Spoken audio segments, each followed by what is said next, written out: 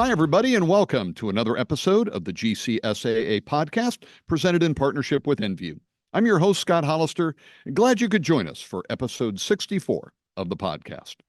You know, for the past several years, GCM and GCSAA have partnered with John Deere to celebrate Women's Golf Day, which is actually a whole week, May 28th through June 4th this year, through a series of stories on the magazine's website, gcmonline.com, and episodes of this podcast, all featuring prominent women in golf course management. Well, we're doing it again this year, and that is the basis for this episode, which features a wide-ranging discussion about women in turf, where the industry has been, where it is currently, and where it's going. Devon Carroll, a solution development manager with Envu, will serve as the host for this episode and will introduce you to three other women who have found a career home in golf course management: Andrea Salzman, Adrienne Young, and Carol Turner. So, to commemorate Women's Golf Day 2024, let's get going with episode 64 of the GCSAA podcast. A quick reminder that you have options when it comes to consuming the podcast. There is, of course, the traditional audio version available wherever you get your podcast, but we also have video versions available on GCSAA's YouTube channel, as well as on GCSAA TV. So whatever your preferred method, we have you covered. So please check those out, subscribe if you haven't already, and rate and review us if you're so inclined. With that, here we go. It's episode 64 of the GCSAA podcast, featuring a discussion about women in turf in honor of Women's Golf Day 2024. Hope you enjoy it. Thanks, everybody, for joining. It's a real honor today to host this great panel of female leaders for Women in Golf Day. I'm your moderator, Devon Carroll with Envu, and today we'll unpack what it's like being a woman in turf. So we'll kick it off here with some introductions. Maybe if the three of you could each give us your name, where you work, and how long you've been in the industry. And Carol, we'll start with you and then move on to Andy and then Andrea. So I'm Carol Turner. I've been probably in the golf industry about 15, 16 years. I'm a fairly new superintendent. I'm going into season 3 as a superintendent. So that's pretty exciting. Awesome. Welcome. My name's Andy Meadows. I just got promoted yesterday to assistant superintendent at TPC San Antonio. I've been in golf since 2006, but I did take about 6 years off to raise my girls. My name's Andrea Salzman. I am an assistant superintendent at Pinehurst No. 2 and the Cradle, and I've been in golf for about 5 years now. Great. Thanks for joining. So really exciting here. You know, the three of you have different titles, different number of years of experience in the industry and different locations. So I think we'll have some really great perspective here from some different angles. So one of the things that I'm always interested to hear about anyone in the turfgrass industry, but particularly for women, is to really understand what got you in the industry, what kind of inspired you to choose a role that's largely male dominated. So Andrea, maybe we'll start with you if you'd be willing to share. Sure. Yeah. So I got into this industry pretty much completely on accident. I got a summer job after my freshman year of college in a factory, and then they ended up running out of work for us. So they just threw me out onto a golf course. I knew nothing about golf. Like, I didn't know the difference between a fairway and a green. Like, I didn't know anything. And then I ended up really enjoying it. And then going back the next year, and I remember there was one weekend that I had off, and I woke up on that Saturday and I was super disappointed that I didn't get to work that weekend. And I had never felt that before. So then from there, I decided to change my career path pretty much completely. So did you do any school or education, or kind of how did you make that, transition to really a career? So I had been going to school originally for human physiology. I wanted to go into the medical field. Like, they even did the thing on like the first day of class. They're like, look to your left, look to your right. At the end of these 4 years, 2 of you will be gone. And I'll be like, that's not going to be me. Like, no way. And then it was me. So once I realized that like this was something I enjoyed way more than what I had been doing, I was about 2 years in. So then fortunately, since I went to the University of Minnesota, and they also offered a turf program, so it was pretty easy just to get in touch with the advisors, and I could switch over pretty easily. That's great. Well, happy you found us and were able to make the switch. Andy, how about you? What's your story? Okay, so when I first got into golf, I didn't really see it as a male-dominated industry because the first golf course I worked at was in Diamond Head, Mississippi, and there were 6 women on the crew there. And we were like a family. I got into it though because Hurricane Katrina had happened. I didn't have any previous golf experience and I had no interest in golf whatsoever. I did have an interest though in like doing yard work and just kind of working with my hands and making things look pretty. So when Katrina came, there were really no jobs at all, but the grass was still growing on the golf course. So my mom had a friend that introduced me to it and didn't really have a house at the time, was living in a FEMA trailer, but he would come and pick me up every day.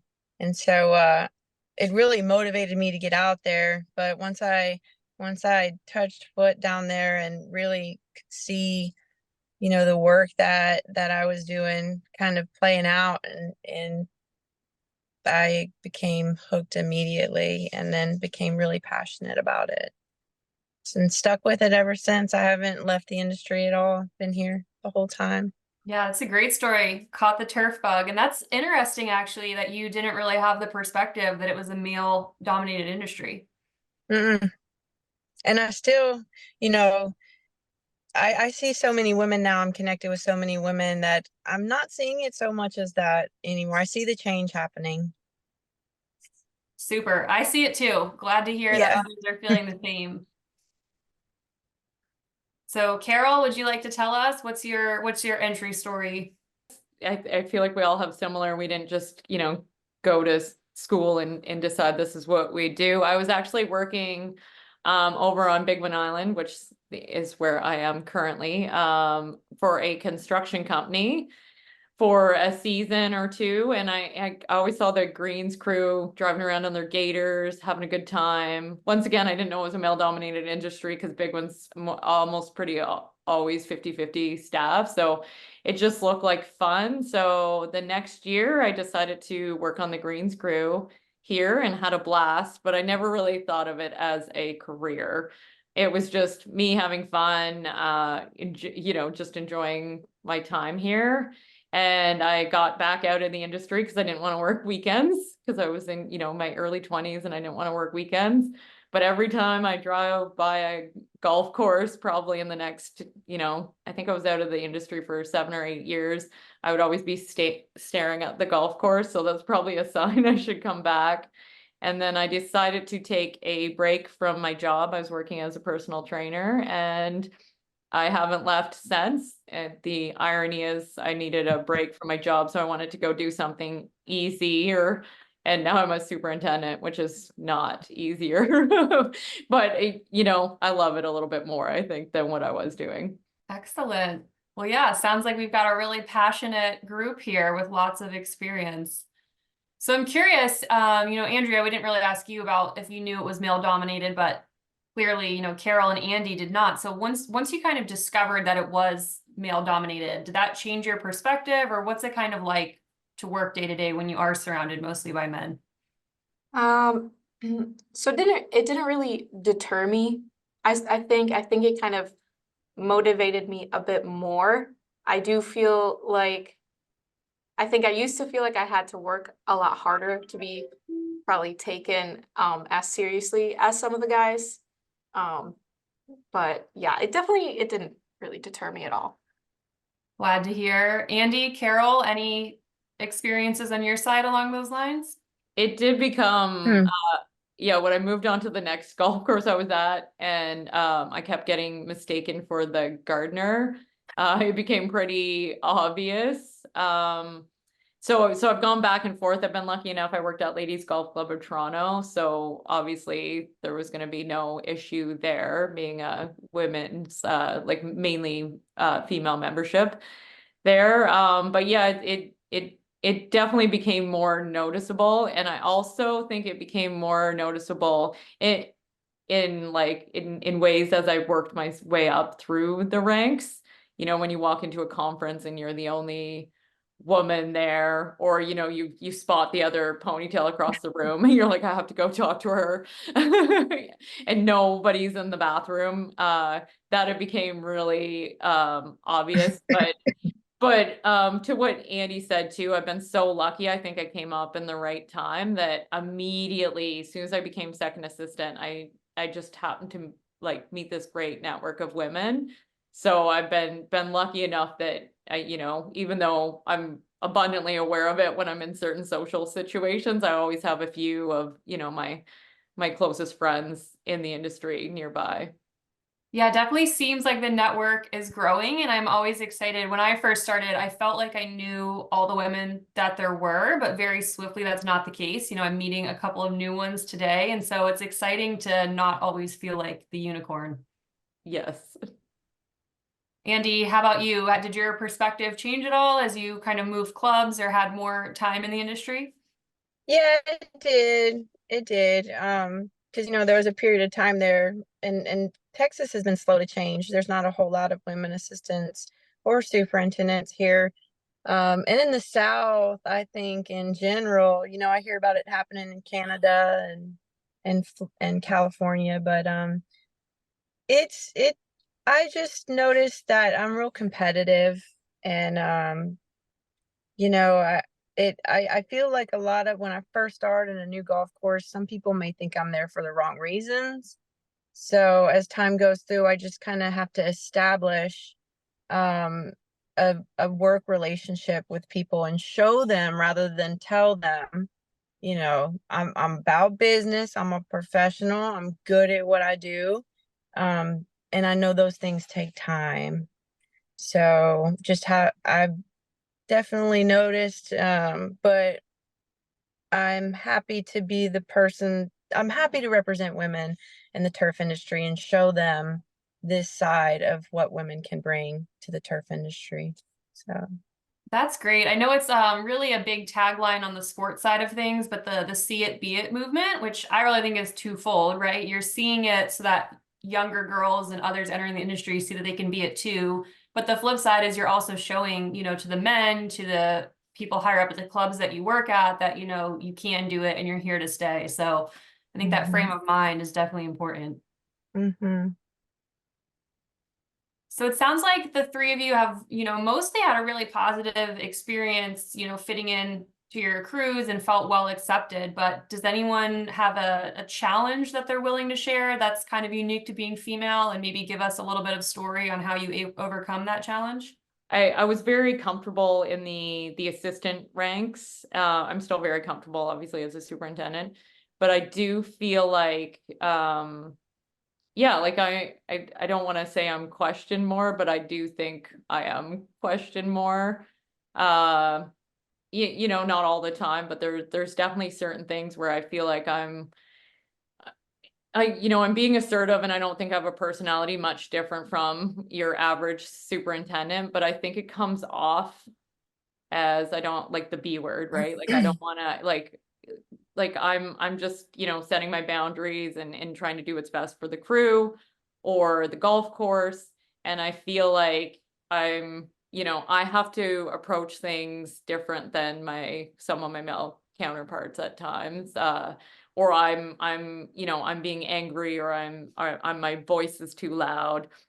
So I do feel like I'm still struggling with that a little bit. So I'm just trying to learn to, use it the best I can. But I do honestly think that that's the thing. Like things are just taken differently when it's coming from a voice that sounds like mine and not, a male's voice, right? So do you have any tips for anyone listening who might be facing similar challenges for, ways to kind of work on that? Yeah, you just want to really keep your emotions in check, which is because you don't want to be accused of being emotional. But yeah, but still stand your ground. I really think that's been my biggest thing. I think a lot of people might, when they are questioned or they don't want to be seen as, hard to deal with, or whatever that people might label me, is to just stand your ground. It's almost like just repeating yourself, just repeat the same thing. Like if it's right and it's what's right for, the golf course or your crew, you just need to just keep repeating it in different ways. But yeah, stay calm about it, but don't back down either, because, it's just as easy, you don't want to be taken as, hard to deal with, but you also don't want to let people walk all over you just because you're so afraid of being seen a certain way. Yeah, I can imagine that can sometimes be a tough, line to kind of find the balance too. So thanks for the tips there. Andy or Andrea, a challenge that you'd be willing to chat about? I think mine is almost related to Carol's. I think because we are, like, women are seen a bit differently in society than men, it can be a bit isolating.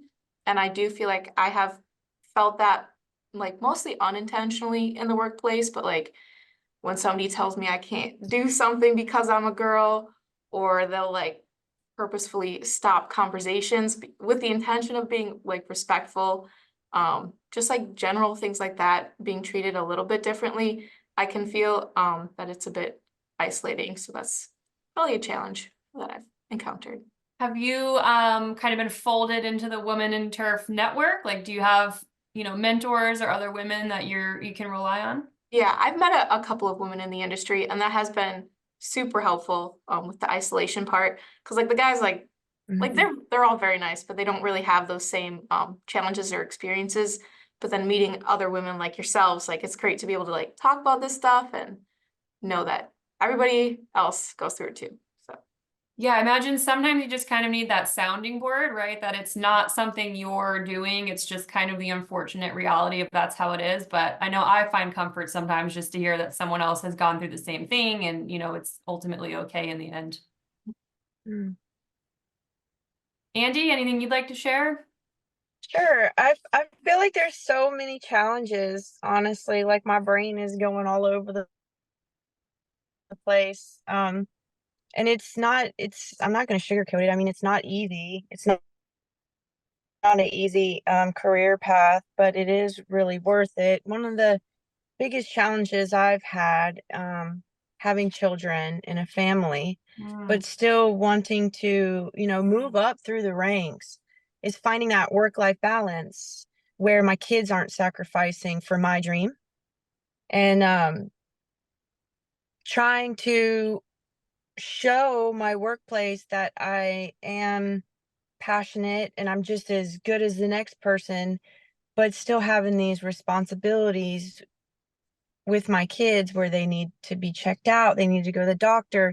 But my counterparts who are younger men don't have that responsibility, and really trying not to let my family get in the way of my career, or my career get in the way of my family. And I have had it held against me for a promotion before, that I have the family and those responsibilities. And I feel like sometimes when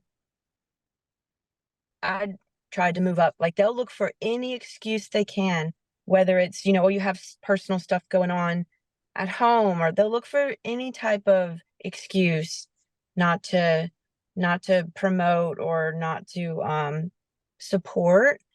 And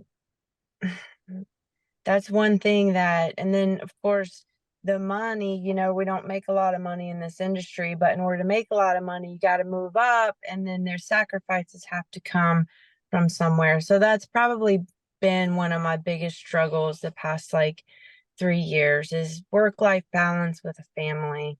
That's really disappointing to hear that, you feel that you sometimes have to make a choice, or that in some cases, the club maybe is even making that choice on your behalf. So any, tips or thoughts for other women who want to have a family, for anything that they can maybe do to kind of alleviate some of that?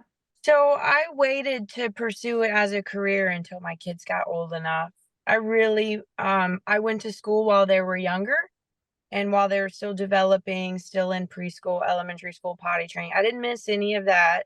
I could proudly say, like I raised my kids when they were young, but once they started to become preteens and gain a little independence, that's when I started to put my eyes on actual career. So, and it's worked out for me so far.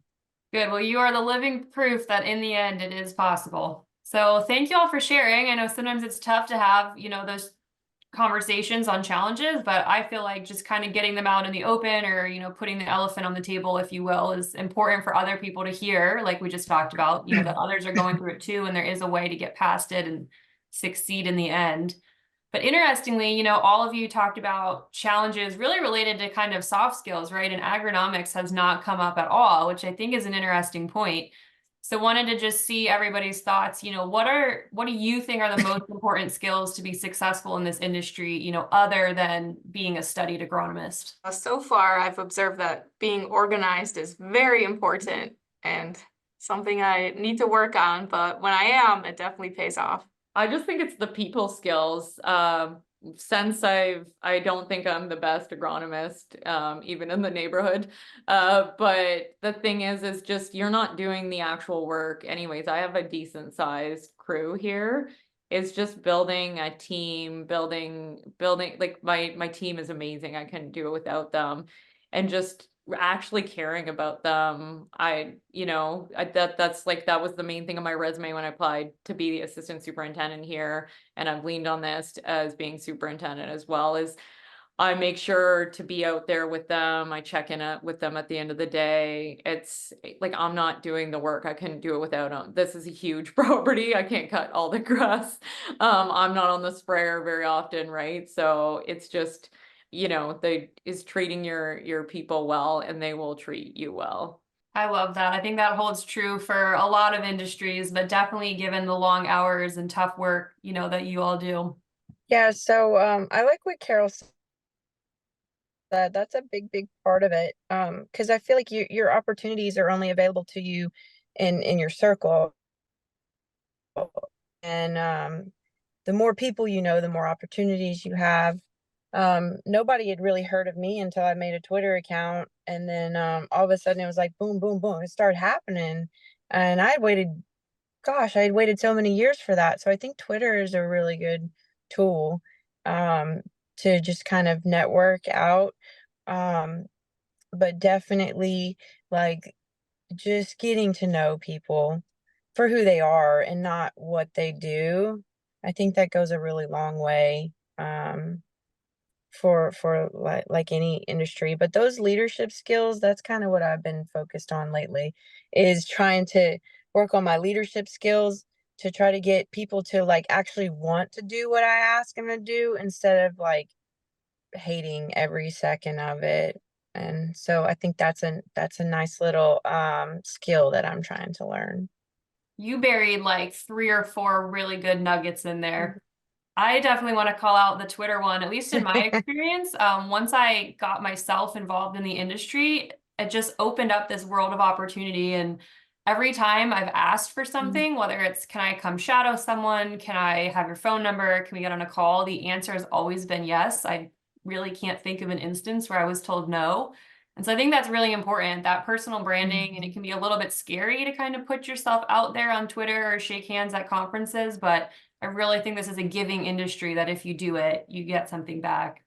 So on that note, I asked Andrea that's a little bit earlier and we can revisit, but now that there are so many opportunities for women, I know there's different events where you can volunteer in groups at conferences. Has anyone participated in any of that? And you want to talk a little bit maybe about what the experience was like, or, how it's kind of propelled your career? I worked with the Women in Turf group at the U.S. Women's Open at Pine Needles, I believe 2 years ago. And that's kind of when I got introduced to like the whole women in turf thing, like as a whole, which was really interesting to see. I got to meet a bunch of new people. And then I've kept in touch with quite a few of them. So it's been really nice to like be able to talk about different experiences. And I believe they're coming back to the US Open. So I'll get to see them all again pretty soon, in a couple months. So. Andy, how about you? Have you had any of these experiences yet? Yeah, I've been really blessed. I've been really lucky. So I did get to do the Women's Open in Pebble Beach. And then from there, I had the opportunity to do the Women's Leadership Academy, and that's where I met Carol for the first time. And then we just recently did our PGA Tour event where we had 10 women volunteer for that as well. So it was cool because I'd been looking for a way to give back. Like ever since Pebble Beach, I'm like, please, I want to give back. I want to keep this thing moving. And then our PGA Tour event came through and somebody had mentioned it. I jumped right on it. The women came. So at that point, I kind of felt like that was me giving back. And to see the younger generation or the younger girls in it, fresh, new, kind of mixing with the older ones, that's really, it made me feel like I was giving back. And so that was pretty cool. But to see all of them, to be with them, it's just like, it's undescribable. It just is. It's a felt thing. It's not really a speaking thing. And Carol, it sounds like you've definitely had some of these experiences. Yeah, so mine goes all the way back. Bear actually sponsored a women in golf event at Ladies Golf Club at Toronto when I was back working there, I believe 2017. So with my very first year as second assistant, I already had a nice little network of ladies. Most of are still my friends. And then I've been lucky enough to pretty much apply for any of the events as they come up. But most recently, the two things I did was the Leadership Academy. That was amazing, really reignited the whole passion for everything. But then, as Andy said, I was part of that crew at her golf course, and it's so hard to explain. But I'm still like, I think I'm a better person right now, and I'm a happier person just because I did that. It was just so fun to look out and see all of us there, and us just the events we go to, like conferences, and when we all get together, those are amazing. But there's something about just working hard together with no sleep, just getting up at and in the volunteer van, just laughing, even though we're dead tired, just having such a good time. And yeah, the different, I was there with people I've known for a long time, but then I also got to network with these young girls that, I'm just meeting for the first time, or I've only met one other time. It was indescribable, but I'm sure like I'm just a better like manager and a better person right now just because I did that. So I can't wait to do something like that again. That's so cool. I love hearing your stories about just the energy, and that makes a lot of sense that, getting the chance to work with people beyond just see them at a conference builds those deeper connections where hopefully, you have that network later on. And Andy's definitely one who's spreading the network. So that's really cool. So given that you've all had these experiences and they were positive, does anyone have any thoughts? I mean, where are we headed for women in turf in the next 1, 3, 5 years? What's next? I just hope we keep the ball rolling. I think we will. I think we've just started, like we opened up a can of worms, and like we're not going to be able to put it back. Because I've seen it grow from, I think there was 14 of us at the Ladies Golf Club of Toronto. I think we were all Canadians at that first event. And then we had another event that was in Canada, but we did get some people from the US too. So that was pretty exciting. But I just think it's just going to become normal to see, 10 of us or 15 of us at whatever PGA event volunteering together. And we won't even be thinking about it because we'll just automatically within our network be emailing or texting, our friends, but also maybe we met a new younger lady in the industry, and we can push her into it, like get out there, volunteer, right? I can't make this one because I'm a superintendent. I'm stuck here until it snows, but you get out there and you do it. So I just think it's just going to become normal to, see all the ladies, and for us to, as we get to know each other and we get to network and use Twitter and all those things, I think it's just going to make it easier for the next generation to get out there and do that, but also keep us going to these things as well. Yeah, I really like that phrasing, and I think that's an important point. I don't think any of us are necessarily advocating or pushing for a world where it becomes 50-50. That's probably unrealistic, but seeking a number of women where it feels normal and where the reaction from the people around us is normal. I think that's a really good kind of North Star for what we're driving toward.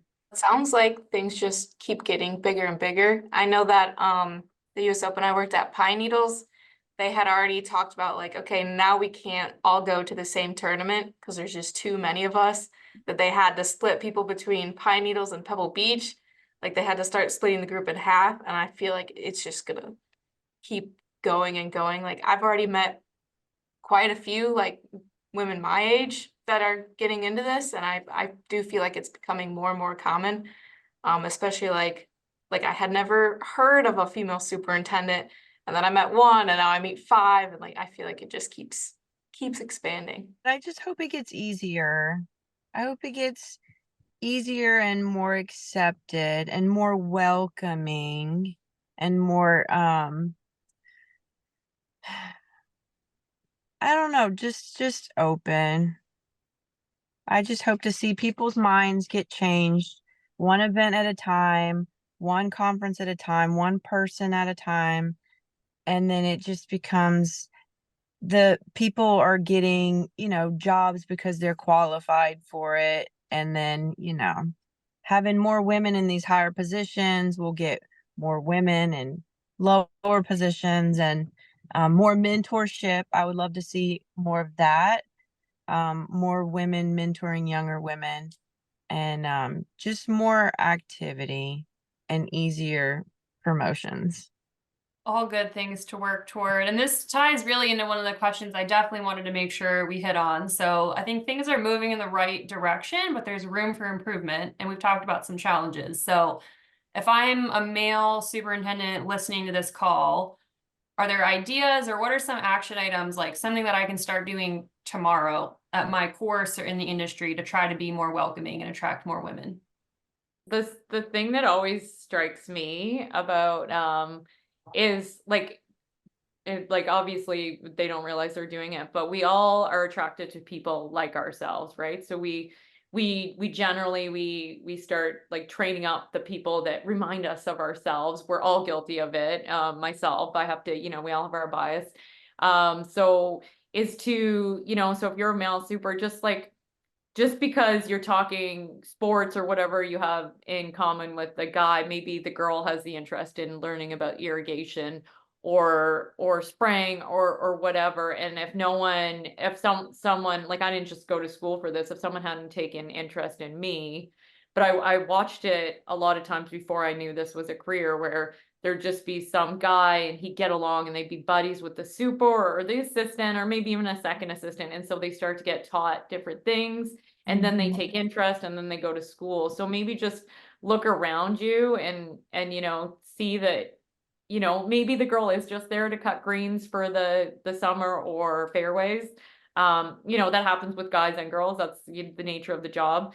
But, don't just take interest in the ones that remind you of yourselves, because you never know who your next superstar player, and it's only good for you, right? Because they'll probably stick around for a couple years as well, is on your crew. Because I've seen that plenty of times where you kind of, the lady or the girl gets sort of left out from interest, especially if you're not, maybe they're a little bit shy to begin. So just remember that, they can do all the same things and can learn all the same things, and just, show some interest, in all your people from all different walks of life. Maybe it's somebody who's older too, right? Maybe instead of just looking for younger people, you don't know who the next great, assistant or irrigation tech or intern might be. So just, keep an open mind that, they don't have to be just like you or from the same background as you. Yeah, that's great advice. And I think it's an important point on watching who's showing interest. Just reflecting, on myself, it could be scary for anyone to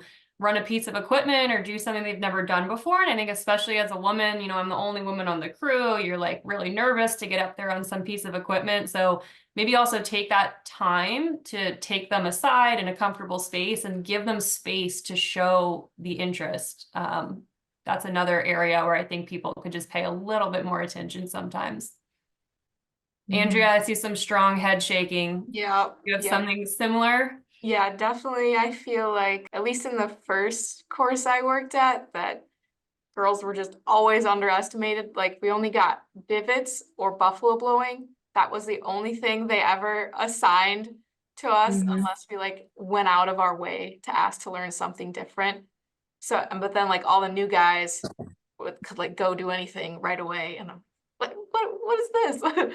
So definitely just don't like underestimate us, like interact with us as people and like see what we're comfortable with and just allow us to learn if we want to learn.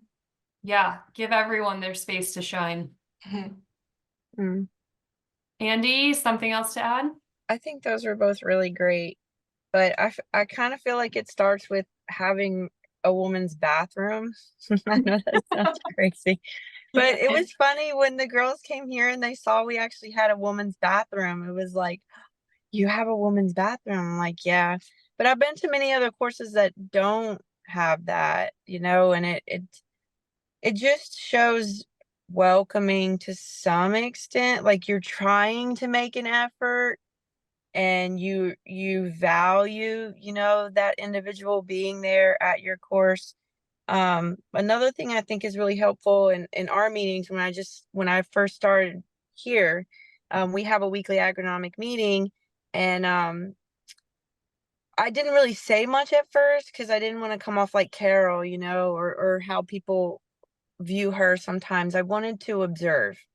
So I just wanted to sit and I wanted to observe, and I want to do that quite often because that's kind of the way I don't come off as being emotional or anything or having too strong of an opinion, but to ask the opinion of each individual, not just the woman, because sometimes like in the meeting I really won't say much because I don't want to be overpowering, but I have a lot to say. And so to me, welcoming is like specifically asking for feedback or the opinion or like just input from the women. And then also too, like I know uniforms can be an issue, so being mindful of not dressing her up in the men's clothes, like just trying to find something that fits the color but allowing her to still be herself. So being mindful that women do come with some maybe inconveniences, I guess, from the norm, but we also offer so much that it's like it works out. You called out my two biggies. I always go straight to bathrooms and uniforms. And I get it. A lot of courses, I mean, maybe you don't have the space for a woman's room or there's not 2 stalls, but even, is there a good lock on the door? Are you keeping it clean? Like Yes. taking that extra couple of seconds for how can I make this more comfortable for everyone, really? Because for guys too, they might feel uncomfortable, the other way around, sharing, a bathroom or stalls with women. And going that extra little mile, it's hard to even call it an extra mile, but to put in your order sheet that you want some women's size shirts. So I think that's a really good call out, that it can be small things that really could make a big difference in the end for somebody's experience. So great stuff. We're nearing the end of time here, and I want to make sure we end on a high note because we're all passionate people who love what we want to do and want to spread that to everyone. So my closing question for each of you: if you could talk about what you like most in the industry and what's your kind of tip for success. Carol, if you want to kick us off. Oh, well, I like, you're obviously gonna say working outside, but I love like my location. I'm on an island surrounded by a freshwater lake. It's beautiful. I love training the staff. I love seeing them grow. I love seeing someone learn how to reverse a trailer. I know it sounds cheesy, but I really think doesn't matter. 99% of the people that pass through here and other golf courses that are just going out into the world to get their their real jobs or are already retired. But I do really think that the confidence they gain from working here and running equipment, just like I'm sure goes into their life, and hopefully I know when I was younger and I learned how to, run equipment and stuff, I'm sure that sort of changed the trajectory of my life, really, is like gaining that confidence. So I just love that side of things. And then, yeah, I guess for advice, I'd say just, and this is specifically, I guess this is for anyone, but obviously women are known for not doing it, is, apparently we won't apply for a job unless, say, there's 10 skills, unless we have, I think, 8 of them, where men will apply if they have 3. is just to apply. I've seen it many times. I try to mentor. I'm the type of person who will just apply, but I know I'm not the norm. But seriously, I would have, when I was looking for assistants, and you know, I have great ones now. Don't underestimate yourself. Just apply for the job. You probably know more than you think you know. And also, no one's going to check 100% of the things on the list. Just apply. The amount of people, specifically women, I know, who are standing in their own way because they don't have the highest education, or they don't, you know, they didn't have spray time at their last course, or they didn't, you know, get enough irrigation time. So instead of applying when they see a really good assistant's job, they stay where they're at, or they apply to a lesser job that are really holding themselves back. So my advice is just, if the job feels right and you want to apply for it, apply for it. You're probably overthinking, and most superintendents like myself are dying to get someone with your skills. So really just apply. That's great. You know, we need the industry to change a little bit to be more welcoming, but also I think sometimes we need to get out of our own way, right? So that's really great. Mhm. Andy, can you share, what do you like most about the industry, and what would be a tip for success for someone entering? Oh, well, I mean, once again, Carol said a lot of good stuff, but I like the sense of a lot of things I love about the industry, really do. As far as the industry as a whole, though, I really love the kind of, we're such a niche like thing that we have a very strong like bond of things in common. Like I can meet someone that I don't even know and talk hours, just talk turf and everything we know about turf. I can ask questions, I could learn. So every interaction I have with another turfie is like an education in itself. And just having that common bond that I can connect with just about anybody in the industry is super, super cool.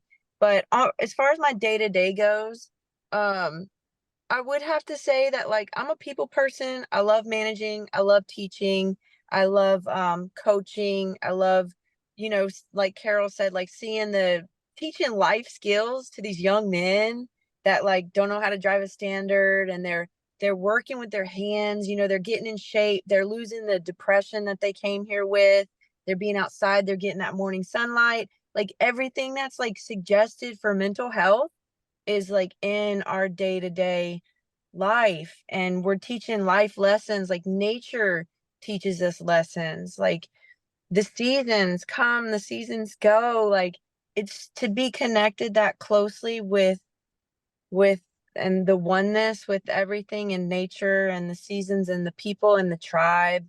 I feel like this is how, you know, I feel like I've found my purpose in it.